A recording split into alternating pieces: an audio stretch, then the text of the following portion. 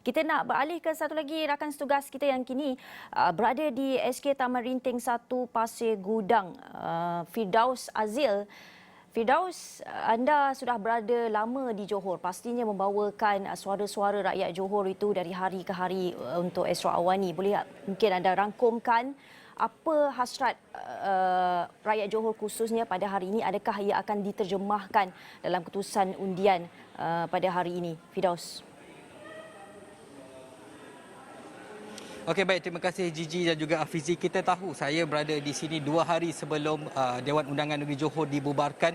Malah kita telah turun ke pelbagai tempat sebelum kawan-kawan kita, rakan-rakan tugas kita lain turun. Saya sudah berada di sini di Johor Bahru, di Mersing, di Batu Pahat, malah di Muar juga saya sempat turun untuk kita melihat, mendengar apakah harapan dan aspirasi mereka, kerana yang kita tahu pilihan raya kali ini bukan untuk tempoh yang pendek, tetapi ia adalah untuk memilih kerajaan bagi 5 tahun seterusnya. Parlimen ataupun pilihan raya umum cerita lain. Ini adalah pilihan raya negeri. Tetapi pelbagai masalah telah saya selami, daripada baik di peringkat mereka yang tinggal di bandar, di bandar-bandar utama, contohnya Bandaraya Johor Bahru, sehinggalah ke kampung-kampung, ada kehendak mereka berlainan. Yang tinggal di kawasan luar bandar, kehendak mereka berlainan. Yang tinggal di kawasan pinggiran bandar ataupun semi-urban, kehendak mereka berlainan. Yang tinggal di Bandaraya Johor Bahru juga berlainan. Tetapi apa yang pasti, mereka membawa satu suara yang sama, satu undi yang sama, nilainya adalah sama. Jadi itu terpulang kepada parti-parti politik untuk menyelami aspirasi mereka. Dan kini saya berada di Sekolah Kebangsaan Taman Rinting 1, di mana ini merupakan antara pusat mengundi bagi Don Permas.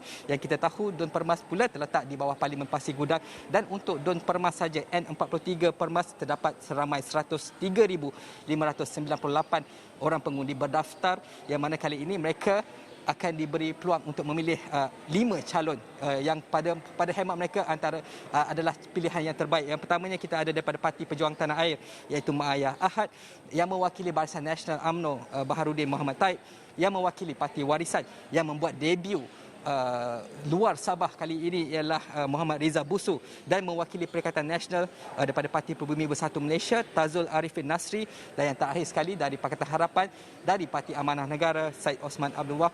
Ini adalah pilihan untuk pengundi-pengundi di Permas. Siapa yang terbaik itu terpulang pada mereka. Tetapi yang saya kira juga, kenapa saya turun ke sini ialah kerana di sini juga tumpuan ataupun tempat mengundinya bekas Menteri Besar Johor yang kini merupakan naib Presiden UMNO. Kalau anda dapat lihat di sebelah sana itu, saya nak tunjukkan visual Datuk Seri Muhammad Khalid Nordin yang merupakan bekas Menteri Besar Johor. Antara nama yang menjadi tumpuan. Assalamualaikum Datuk Seri, kita nak ambil visual sikit Datuk Seri. Kita cuma nak ambil visual sikit. Antara nama-nama tumpuan yang mewarnai proses demokrasi pada pilihan raya negeri Johor ini, setiap kenyataan beliau sering menjadi tumpuan media dan sebagainya. Terima kasih banyak Datuk Seri. Dan Datuk Seri dijangka akan, kita tanya sikitlah Datuk Seri. Ini saluran berapa Datuk Seri? Saluran nombor 2. Datuk Seri sampai pukul berapa tadi? Pukul 8 tepat. Pukul 8 tepat. Lepas ni Datuk Seri akan round-round lah.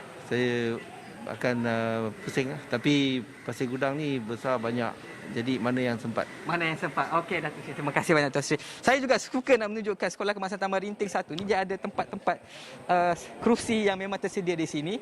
Dan di sinilah kalau dapat lihat yang mana, sebab bawah ni biasanya adalah solar untuk 1 dan juga 2 untuk petugas ataupun untuk warga-warga emas. Jadi saya kira kerusi-kerusi ini membantu sedikit sebanyak. Tetapi juga saya suka nak berkongsikan keputusan yang lepas, di mana untuk Don Permas ini pada pilihan raya umum yang lepas dimenangi oleh wakil ataupun calon dari Parti Keadilan Rakyat yang ketika itu juga Pakatan Harapan, iaitu Datuk Cik Zakaria Muhammad Saleh, yang telah ketika itu memenangi kerusi Don Permas ini dalam saingan 3 penjuru, menewaskan Datuk Seri Khalid Nordin serta wakil daripada calon PAS Abdul Aziz Abdul Wahab serta calon bebas Rohani binti Yaakob, yang mana ketika itu Datuk Cik Zakaria Muhammad Saleh telah memenangi undi sebanyak 28,793, menjadikan majoriti yang beliau menangi ialah 8,746. Tetapi adakah kali ini kerusi ini akan kekal dimiliki oleh parti sebelum ini ataupun mungkin akan beralih kepada parti sebelumnya? Itu semua kita akan tahu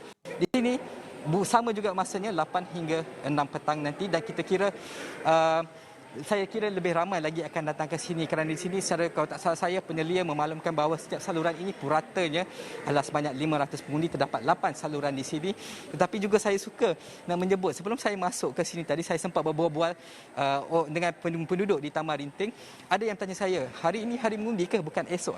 Jadi kita pun tertanya kenapa masih ada orang yang tidak dapat mengetahui tarikh sebenar. Tetapi ada juga saya temubual ada yang kata mereka tiba dari Kelang seawal 4 pagi tadi semangat untuk mengundi. Itu antara pelbagai ragam yang mewarnai pilihan raya negeri Johor kali ini. Jadi itu saya buat masa ini, itu saja yang boleh saya kongsikan. Selepas ini saya nak ke don-don lain pula, Gigi dan Fizi.